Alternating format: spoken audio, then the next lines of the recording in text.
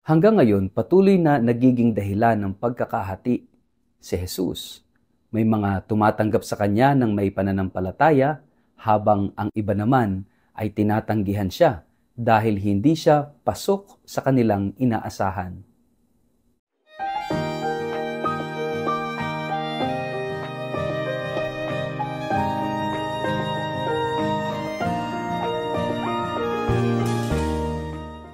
Ang mabuting balita ng Panginoon ayon kay San Juan. Sinabi ng ilang nakarinig sa kanya, tunay ngang ito ang propetang hinihintay natin. Siya na nga ang Kristo, sabi naman ng iba. Ngunit may nagsabi rin, maaari bang magmula sa Galilea ang Kristo? Di ba hindi? Hindi ba sinasabi sa kasulatan na ang Kristo ay magmumula sa lipi ni David at ipanganganak sa Bethlehem na bayan ni David? Nagkaroon ng pagkakabaha-bahagi sa mga tao dahil sa kanya. Gusto ng iba na dakpin siya, ngunit wala namang nangahas na humuli sa kanya. Nang bumalik ang mga bantay ng templo, tinanong sila ng mga punong pari at ng mga pariseyo, bakit hindi niyo sa dinala rito? Sumagot ang mga bantay, wala pa po kaming narinig na nagsalita ng tulad ng taong ito. Pati ba kayo'y nalinlang na rin? Tanong ng mga pariseyo. Mayroon bang pinuno o pariseyong naniwala sa kanya? Ang mga taong bayan na ito na walang nalalaman sa kautusan ay mga sinumpa.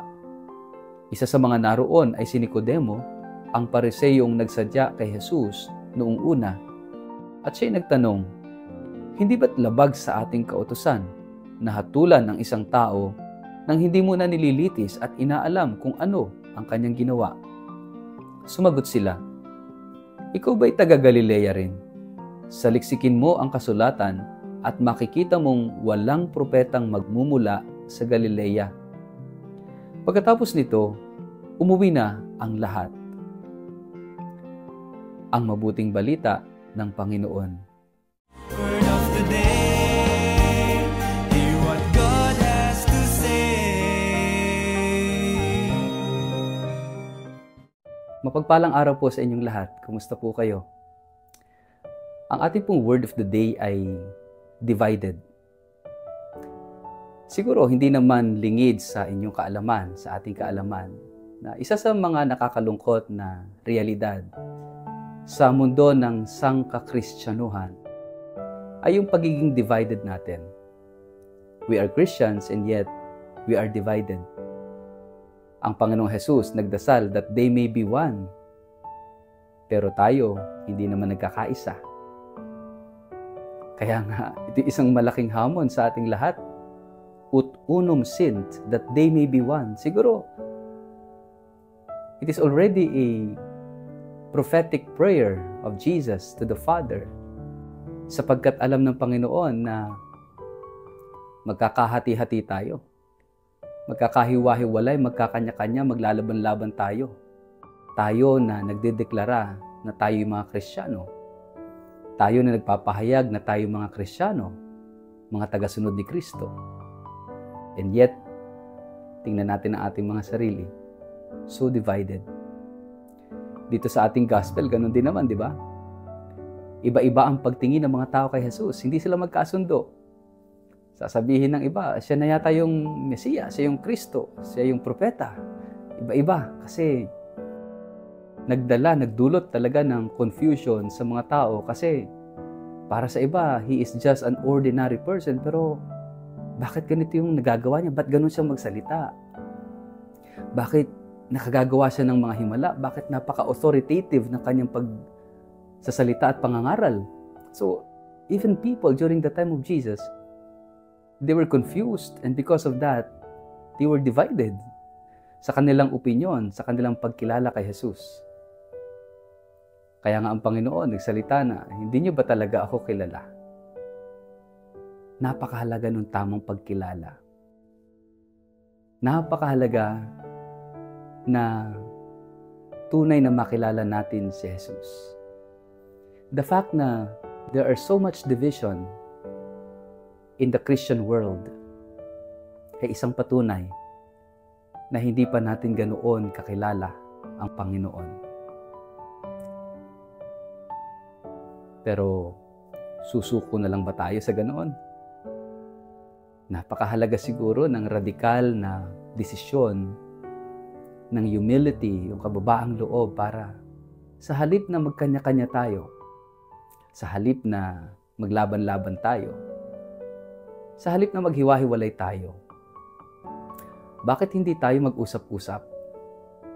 Bakit hindi tayo umupo ng sama-sama, magdasal, magnilay, at makipag-ugnayan sa Panginoon?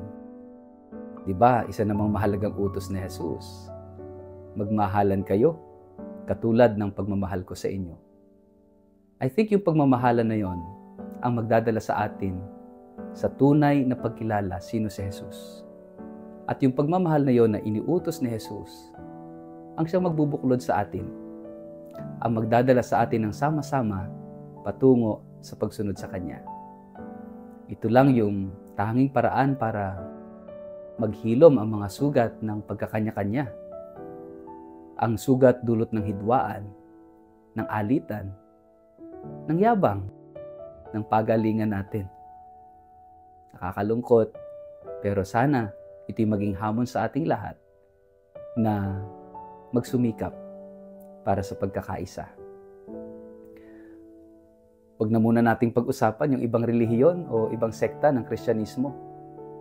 Pag-usapan natin yung ating mismong komunidad. Tayong mga Katoliko, sa ating parokya, kongregasyon, o mismo sa ating kapitbahayan. May mga kapitbahay na Katoliko rin naman, Kristiyano rin naman. Pero bakit may kulang sa pagsasabuhay ng pagiging Kristiyano? Kulang ng pagmamahalan, kulang ng pagdadamayan, kulang ng pagtutulungan. Kaya nga mga kapatid, yung hamon ng pagiging tagasunod ni Kristo, yung hamon ng pagiging Kristiyano ay dadala sa atin at humahamon sa atin na pakinggan kung ano ang sinasabi ni Jesus. Yung maging radikal tayo sa pagsunod, sa halip na yung mga kuro-kuro, sa halip na yung mga pagkilala kay Jesus, siguro mas magandang tingnan natin yung ginawa ni Jesus. Sabi nga ng Panginoon, di ba? Siya mismo ang nagsabi na yung mga ginagawa niya ang siyang patutuo, na higit sa patutuo ni Juan Bautista, kundi kung ano yung ginagawa ni Jesus mismo. At siguro, ito rin yung magandang hamon sa ating lahat na tingnan yung ginagawa ni Jesus. What would Jesus do in different situations? Sa halip na magtalo-talo tayo sa ating mga kanya-kanyang turo at pangaral, bakit hindi na lang natin gawin kung anong ginawa ni Jesus? Siguro yung ginagawa ni Jesus kapag ginawa natin ay higit na mahalaga kaysa doon sa ating mga idea, mga opinyon kung sino si Jesus. Tingnan natin, baka umubra. Magsimula tayo sa ating sariling pamilya. Ano ba ang ginawa ni Jesus? Ano ba ang turo ni Jesus? Magmahal. Be the first one to love. Dumamay. Magbigay. Magpatawad. Magmalasakit. Huwag humusga. Diba ito naman yung mga basic teachings ni Jesus? Bakit hindi kaya natin subukan na doon tayo mag-focus? Gawin natin. Kasi baka marami na tayong alam, baka marami na tayong opinyon, baka marami na tayong mga ideas tungkol sa Panginoong Jesus. Pero kulang tayo sa gawa. Gawin kung ano ang itinuturo, gawin ko anong iniuutos ng Panginoon. And that is simple. Love one another as I have loved you. Forgive, and you will be forgiven. Sa ngalan ng Ama, at ng Anak, at ng Espiritu Santo. Amen. Ama naming Diyos, sobra na ang pagkakahati-hati ng mundo ng sangkatauhan dahil sa paniniwala. Kahit nasa mundo ng Kristyanismo, kami nagkakahati-hati at nagkakanya-kanya. Bagamat malayo pa ang landas tungo sa ganap na pagkakaisa, tulungan mo ang bawat isa sa amin na magsumikap, na maging daan ng pagkakaisa at pagmamahalan sa pamamagitan ng radikal na pagsunod sa utos ni Jesus na iyong anak na magmahalan. Amen. Palain po kayo't ingatan ng makapangyarihang Diyos, Ama at Anak at Espiritu Santo. Amen.